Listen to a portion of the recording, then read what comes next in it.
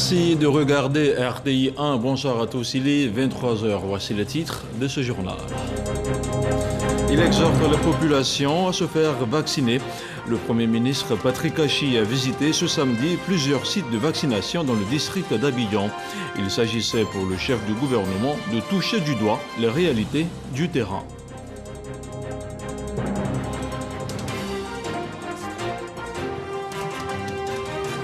Dans la soirée de vendredi, la Côte d'Ivoire a reçu plus d'1 million de doses de vaccins de type Pfizer, un don des États-Unis à la Côte d'Ivoire qui fait face à une recrudescence de la pandémie de Covid-19 depuis maintenant 2 mois.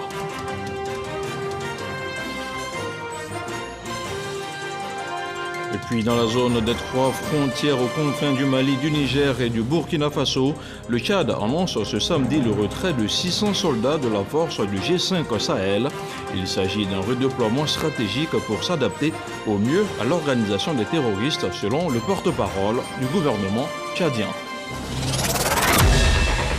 Voilà pour les titres, merci de suivre RTI 1. Le Premier ministre était ce samedi matin dans les communes d'Abobo, de Cocody, de Koumassi et de Yopougon. Patrick Achi est allé s'enquérir des réalités du terrain sur la mise en œuvre des opérations de vaccination contre la Covid-19. On regarde le compte-rendu d'Alexis Ouedraogo. 2 heures à sillonner le tout Abidjan ce samedi pour voir de plus près les opérations de vaccination contre la Covid-19. Au district sanitaire de Cocody, première escale de sa tournée, le Premier ministre s'assure de la qualité du service. Préoccupation majeure ici pour les candidats à la 2e dose du vaccin, la disponibilité de Pfizer ou AstraZeneca. Justement, vendredi soir, le pays a reçu près d'1,6 million de doses de vaccin Pfizer pour justement assurer la protection de sa population. Cap sur Abobo. L'opération bat son plein. Le Premier ministre donne son conseil pour une meilleure gestion des files d'attente et s'assure que le message passe bien auprès des populations. C'est ta première dose ou la deuxième dose? La première dose. Ah, mais pourquoi tu as attendu longtemps comme ça? Direction Yopougon, toujours le même engouement. Le chef du gouvernement échange ici avec les agents de vaccination. Ça se passe bien. Oui, ça se passe. Les gens comprennent, ils sont de plus en plus volontaires. Non, les gens viennent à la zone. D'accord. Le pays compte à ce jour 1 300 000 personnes vaccinées, de bons points salués par l'OMS. Je ne peux que exprimer ma satisfaction et celle des partenaires. Parce que voir le Premier ministre, chef du gouvernement sur le terrain, c'est encourageant. Et nous, partenaires, on va se mobiliser pour encore améliorer la qualité des prestations et appuyer le pays pour couvrir le maximum des Ivoiriens. À Koumassi, dernière étape de la tournée, les populations, elles saluent cette riposte vaccinale bien tenue par le gouvernement. La maladie fait plein de ravages, donc il faut qu'on se vaccine. Si une autorité se déplace, c'est parce que c'est important.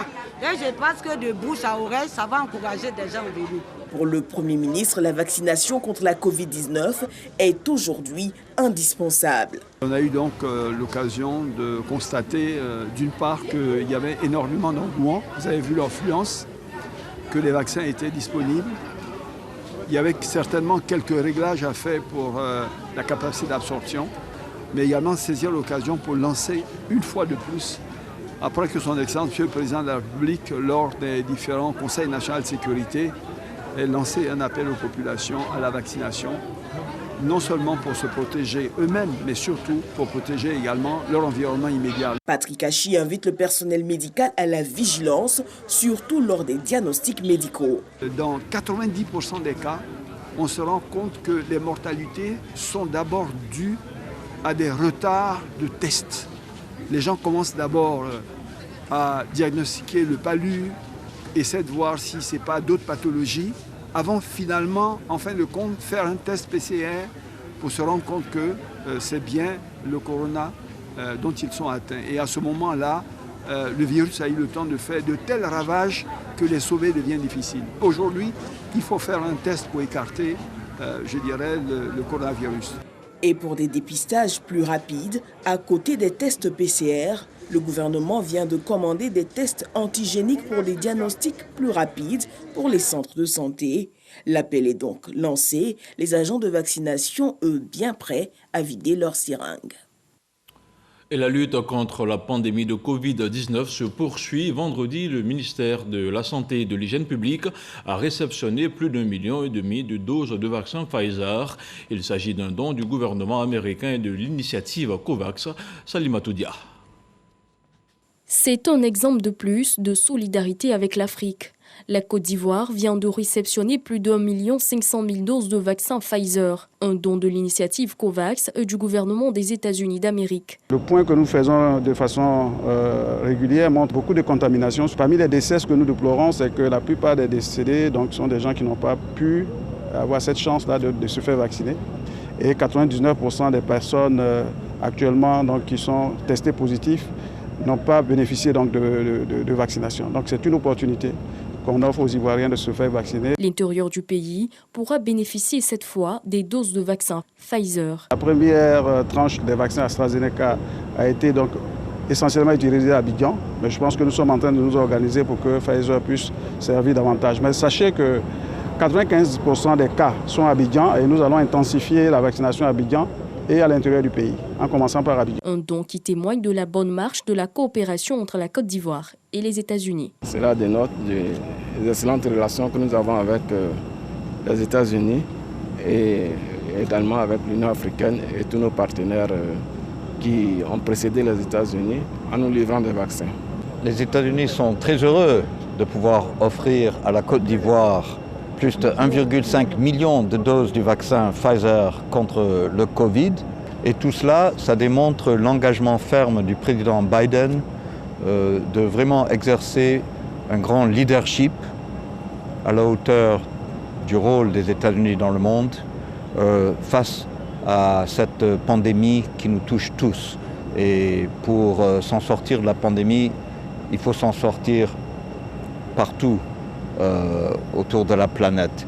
Le partenariat scellé autour de l'initiative COVAX est donc en bonne voie au profit des pays. Je voulais rassurer les Ivoiriens que tous les vaccins qui arrivent, quel que soit le type, sont des vaccins homologués par l'Organisation mondiale de la santé.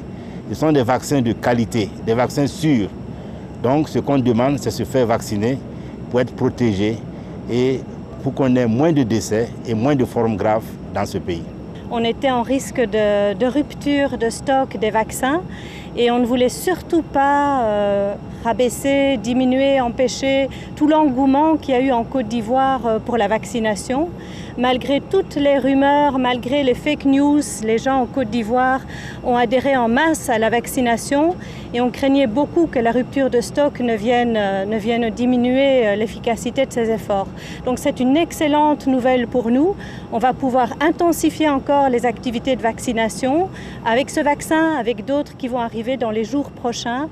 Notre objectif, c'est vraiment d'appuyer le gouvernement dans son ambition que d'ici la fin de l'année, il y ait au moins 7 millions d'Ivoiriens vaccinés contre la Covid-19. À ce jour, plus d'1 200 000 Ivoiriens ont été vaccinés. La lutte contre la Covid-19 ne faiblit pas. On fait le point de la situation dans quelques instants.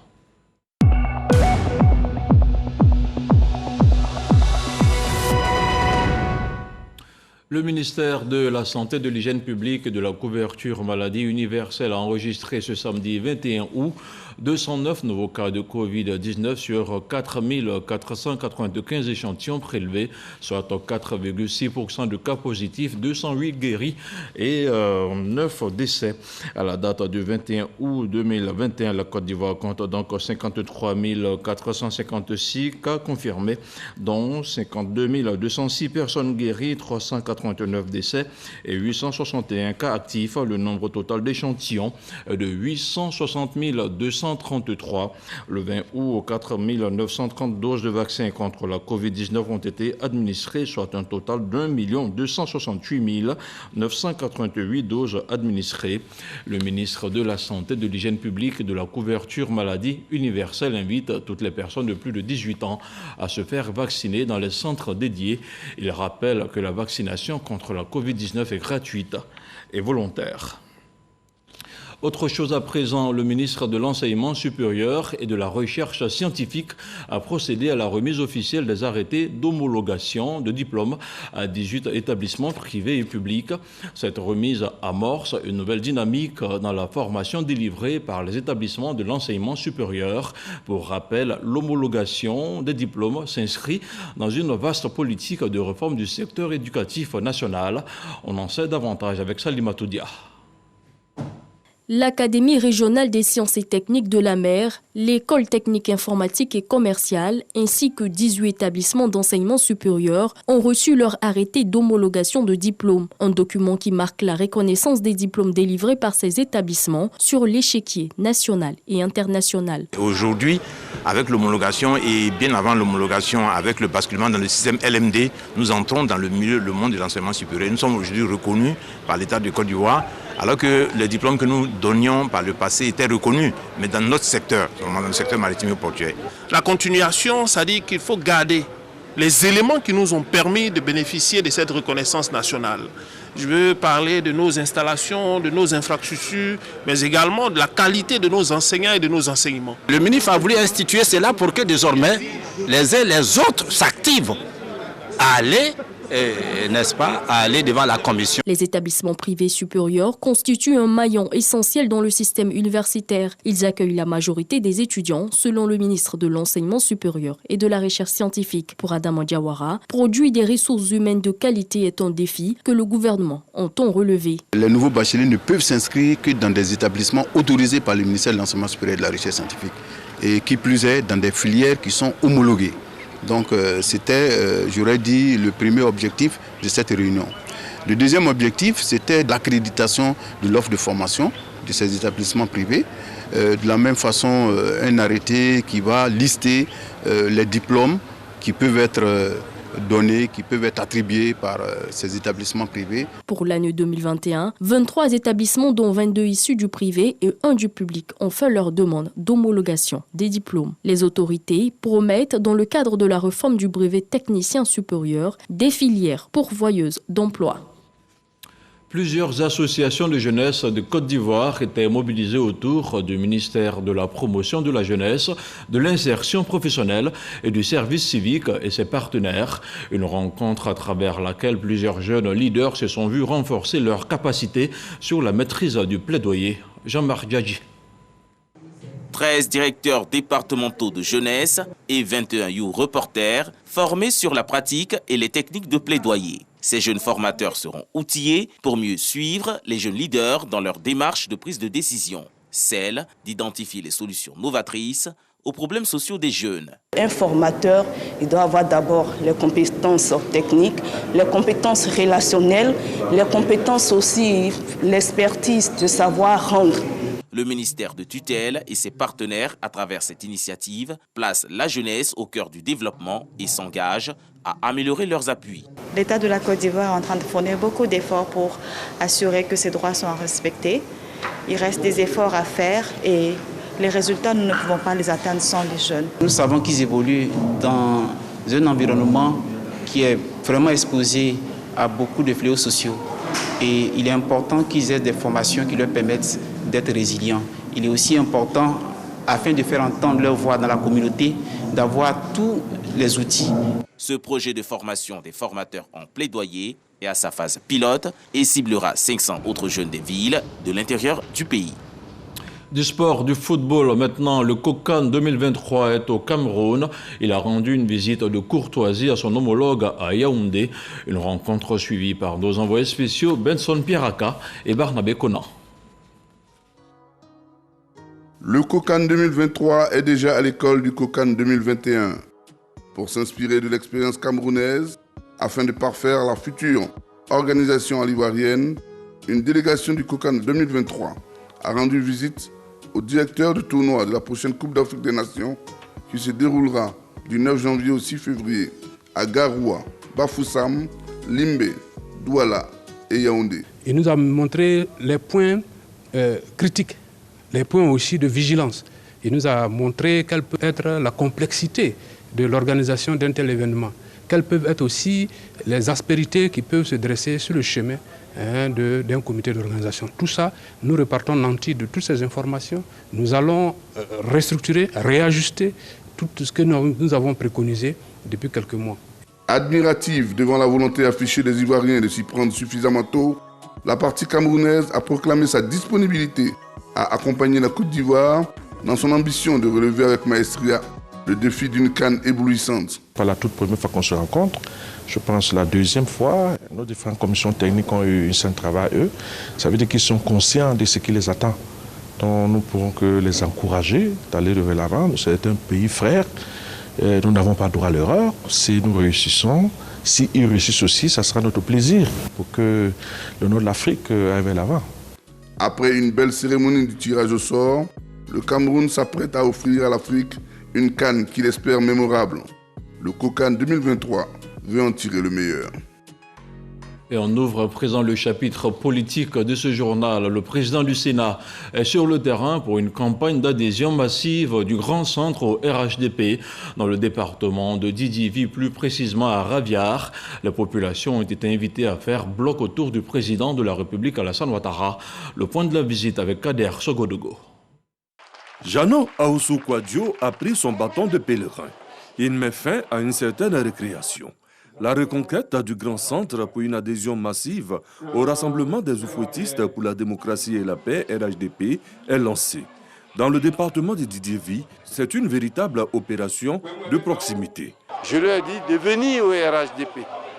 J'ai demandé cela à la population. Je vais parcourir les 3000 villages baoulés pour sensibiliser la population du Baoulé avec mes jeunes frères Amédée Kouakou, le professeur Justin Kofi et toute l'équipe de l'ACCD. Nous allons aller de porte en porte, une campagne de proximité pour convaincre les gens. On va aller pied à pied, aller suivre, transformer totalement les mentalités des gens pour les amener vers le développement, c'est ce qui importe. Les raisons d'une adhésion massive du Grand Centre au RHDP sont nombreuses. Alassane Ouattara, le fer de lance du parti depuis son accession au pouvoir d'État, ne cesse de transformer positivement la Côte d'Ivoire. Je le dis fortement, après le président Félix Houphouët-Boigny, aujourd'hui c'est le président Alassane Ouattara qui imite très bien le président Félix Houphouët-Boigny. Regardez ses investissements, regardez sa manière de conduire la politique de la Côte d'Ivoire, de protéger le pays. Et je dis, le jour où Alassane Ouattara s'en ira, on va le chercher à midi, en plein midi, avec torche. Jano Aoussou Kouadio, absent pendant un certain temps pour des raisons de santé, est de retour dans l'arène. Place à présent à la politique. De son côté, la jeunesse estudiantine du RHDP entend elle aussi accompagner la vision d'une Côte d'Ivoire solidaire, une vision prônée par le président Alassane Ouattara. Avec le soutien de 2 cadres du parti, elle s'est réunie à Yamoussoukro pour aborder la thématique. Le compte-rendu de Kader Sogodogo. La jeunesse estudiantine du Rassemblement des oufouettistes pour la démocratie et la paix en conclave à Yamoussoukro à la recherche de stratégies pour sa contribution à l'édification d'une Côte d'Ivoire solidaire. Un vœu cher au président de la République, Alassane Ouattara. Des ateliers autour des stratégies d'implantation de la jeunesse estudiantine du RHDP sur le territoire national et les mécanismes de l'insertion socio-professionnelle ont marqué cette rencontre dans la capitale politique. Nous, jeunesse estudiantine, avons décidé de prendre le taureau par les cornes au cours de ces réflexions, ce par l'élaboration des stratégies d'implantation pour une couverture efficiente et efficace élaborée, des mécanismes de formation et d'insertion globale des membres de la jeunesse estudiantine du RHDP pour un leadership probant mis en place, des stratégies d'animation des bases de la structure sur l'ensemble du territoire national élaboré, une base de données fiable des étudiants militants du RHDP sur toute l'étendue du territoire national. Au cours de ce séminaire, les ministres de l'enseignement supérieur et de la recherche scientifique, Adama Diawara, et de la promotion de la jeunesse, de l'insertion professionnelle et du service civique, Mamadou Touré, ont ensemble appelé les jeunes de leur formation politique à tourner le dos au favoritisme et à cultiver le goût du travail. Ces hauts cadres du parti au pouvoir ont enseigné à leurs jeunes les idéaux d'équité et d'égalité des chances qui doivent désormais rythmer la vie publique nationale. Il faut que vous soyez des modèles. Voilà. Vous ne pouvez pas aller faire ce que vous reprochez aux autres. Sinon, en ce moment, quelle est la différence entre vous et les autres? Donc, j'attends de vous, si vous êtes syndicaliste, que vous fassiez un syndicalisme responsable. Ça veut dire quoi? Ça veut dire que vous revendiquez des choses qui sont réalistes. Certains veulent qu'on ne travaille que pour les militants. Moi, je dis en travaillant pour tout le monde, on travaille forcément pour les militants. Parce que les militants sont dans tout le monde. Mais si on travaille seulement pour les militants, on perd l'opportunité d'étendre la toile. Et ça, je vous faites-nous confiance. Les militants ne seront pas négligés. On a pleine conscience de nos responsabilités à l'endroit des militants. On va continuer. À ce séminaire, les résolutions prises seront présentées au grand public au cours d'une assemblée générale qui se tiendra au siège du parti à Abidjan.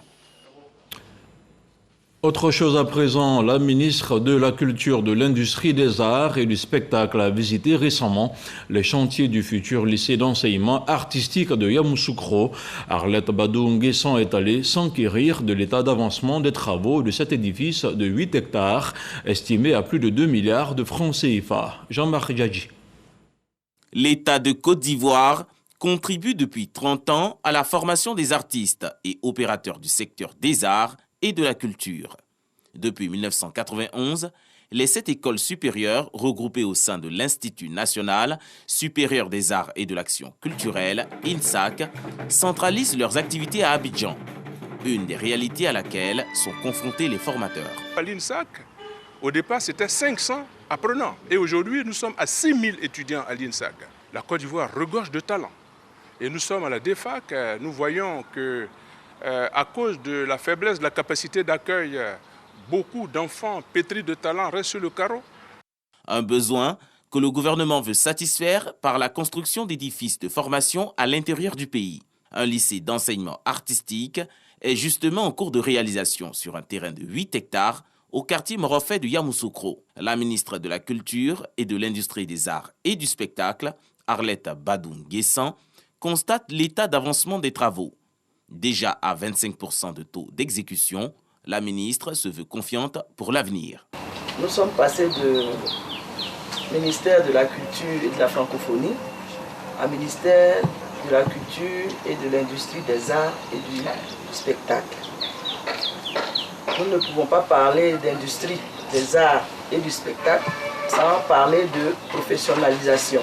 C'est vrai que nous avons l'INSAC au niveau d'Abidjan, mais l'INSAC ne peut plus contenir le flot d'élèves, d'étudiants qui ont à cœur de se former pour devenir des professionnels.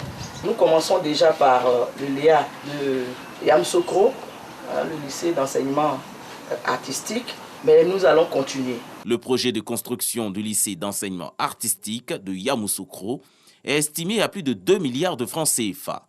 Le nouvel établissement aura une capacité d'accueil de 800 élèves et de 11 bâtiments pour les activités artistiques et administratives.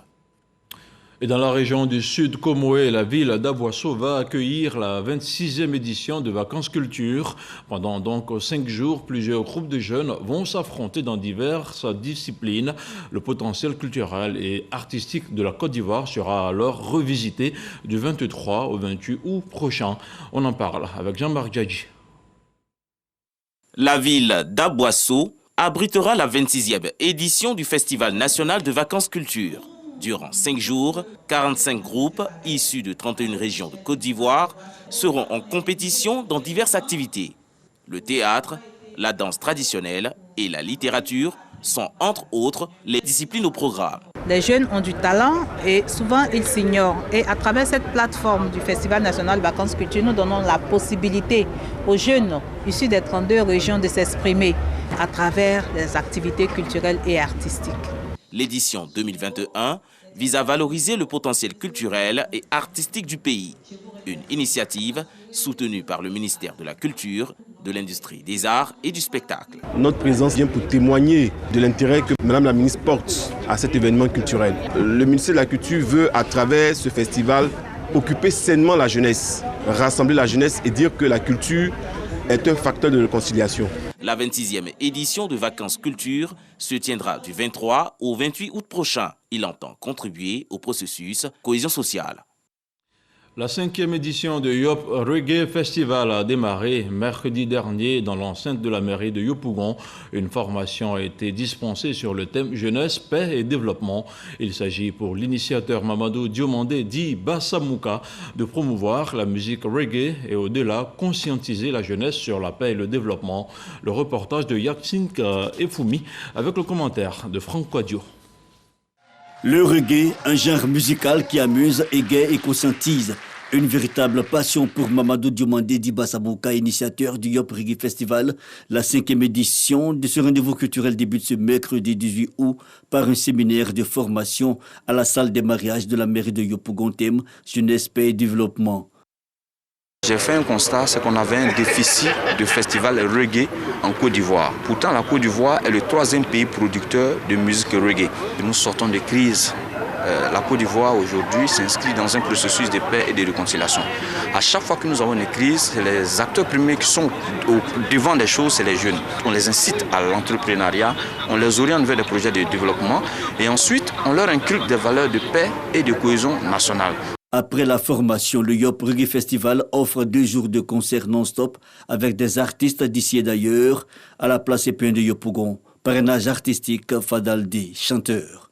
C'est un festival qui est sérieux, il faut soutenir ces garçons, il faut soutenir ce festival. C'est un festival qui conscientise le peuple, c'est un festival que l'État de Côte d'Ivoire doit s'approprier. Un des rares festivals de l'heure, l'événement suscite intérêt et enthousiasme. Yop Reggae Festival prend fin le dimanche 22 août par une balade touristique. Un mot de religion à présent en vue de raffermir leur foi. Les pèlerins ivoiriens se sont rendus sur les traces de Marie Bernade Soubirous. Alors âgée de 14 ans, la Vierge Marie lui était apparue au moins 18 fois. C'était en 1858 à Lourdes, dans le sud-ouest de la France. Un parcours retracé par Grace Kondo, envoyé spécial à Lourdes. Bernadette Soubirous se présente comme une fille pauvre, malade et ignorante. Elle est née le 7 janvier 1844 au moulin de Boli à Lourdes. Entre février et juillet 1858, la Vierge Marie lui est apparue 18 fois. Dieu choisit toujours les petits et les humbles pour des missions. Bernadette ne savait ni lire ni écrire. Voilà, donc c'était une très très grande pauvreté, très grande misère. Quelque chose d'extraordinaire, c'est qu'ils n'ont jamais perdu confiance. Ils ont prié tous les soirs le chapelet en famille. Vous voyez, c'était très important pour eux la prière. Pour revivre les souvenirs de Bernadette Soubirous, cette adolescente de 14 ans, les pèlerins sont allés sur ses pas. Ils ont visité plusieurs sites qui retracent la vie de Bernadette, la maison de son enfance en passant par le cachot où elle a vécu faute de moyens à un moment donné de sa vie et la bergerie où elle gardait les troupeaux à une trentaine de kilomètres de Lourdes. C'est un nouveau départ pour moi parce que j'ai vu et on m'a expliqué, donc je suis vraiment émue. Je demande à tous mes frères et sœurs, ceux-là qui doutaient encore de la Vierge Marie, de ne plus douter. C'était une jeune fille très simple qui vivait sa spiritualité avec beaucoup de simplicité. Moi, c'est cela qui m'a beaucoup touchée. C'est pas dans les grandes démonstrations spirituelles, mais vraiment avec le cœur, la vérité de la foi, la simplicité, l'humilité. Après avoir suivi les traces de Bernadette Soubirous, les pèlerins se sont rendus dans les grottes de Bitaram à 11 km de Lourdes. Ces grottes se déploient sur 5 étages pour un parcours de 2,8 km de long. Un voyage ludique bien apprécié de tous. Et dans l'actualité hors de chez nous, le Tchad a divisé par 2 ses effectifs mobilisés en février dernier dans le cadre de la force anti-djihadiste du G5 Sahel dans la zone des 3 frontières aux confins du Mali, du Niger et du Burkina Faso. L'annonce a été faite ce samedi par le porte-parole du gouvernement. La zone des 3 frontières est avec le centre du Mali la plus touchée par les attaques djihadistes. Les morts civils comme militaires s'y comptent par milliers. Et voilà, c'est la fin de cette édition. Merci de l'avoir suivi. Bonsoir à tous et que la paix soit chez vous.